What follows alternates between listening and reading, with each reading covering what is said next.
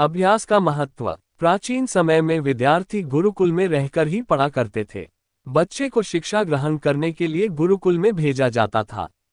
बच्चे गुरुकुल में गुरु के सानिध्य में आश्रम की देखभाल किया करते थे और अध्ययन भी किया करते थे। वरदराज को भी सभी की तरह गुरुकुल भेज दिया गया। वहां आश्रम में अपने साथियों के साथ घुलने मिलने लगा, लेकिन वह पढ़ने में बहुत ही कमजोर था। गुरुजी की कोई भी बात उसके बहुत कम समझ में आती थी। इस कारण सभी के बीच वह उपहास का कारण बनता है। उसके सारे साथी अगली कक्षा में चले गए, लेकिन वो आगे नहीं बढ़ पाया।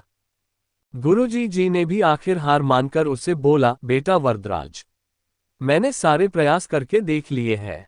अब यही उचित होगा कि तुम यहाँ अपना समय बर्बाद मत करो।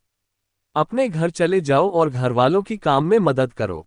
वरदराज ने भी सोचा कि शायद विद्या मेरी किस्मत में नहीं है, और भारी मन से गुरुकुल से घर के लिए निकल गया।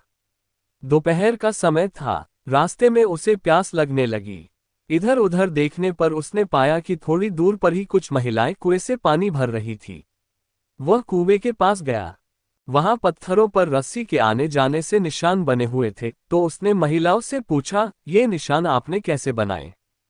तो एक महिला ने जवाब दिया, बेटे ये निशान हमने नहीं बनाए। ये तो पानी खींचते समय इस कोमल रस्सी के बार बार आने जाने से ठोस पत्थर पर भी ऐसे निशान बन गए हैं। वरदराज सोच में पड़ गया। उसने विचार किया कि जब एक कोमल से रस्सी के बार बार आने जाने से एक ठोस पत्थर पर गहरे निशान बन सकते हैं, तो निरंतर अभ्यास से मैं विद्या ग्रहण क्यों नहीं कर सकता। वरदराज ढेर सारे उत्साह के साथ वापस गुरुकुल आया और अथक कड़ी मेहनत की। गुरुजी ने भी खुश होकर भरपूर सहयोग किया।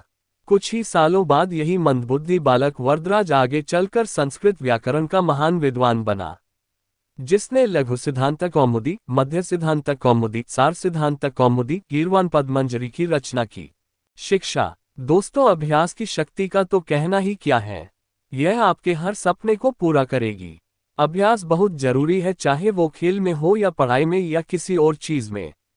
बिना अभ्यास के आप सफल नहीं हो सकते हो। अगर आप बिना अभ्यास के केवल किस्मत के भरोसे बैठे रहोगे, तो आखिर में आपको पछतावे के सिवा और कुछ हाथ नहीं लगेगा।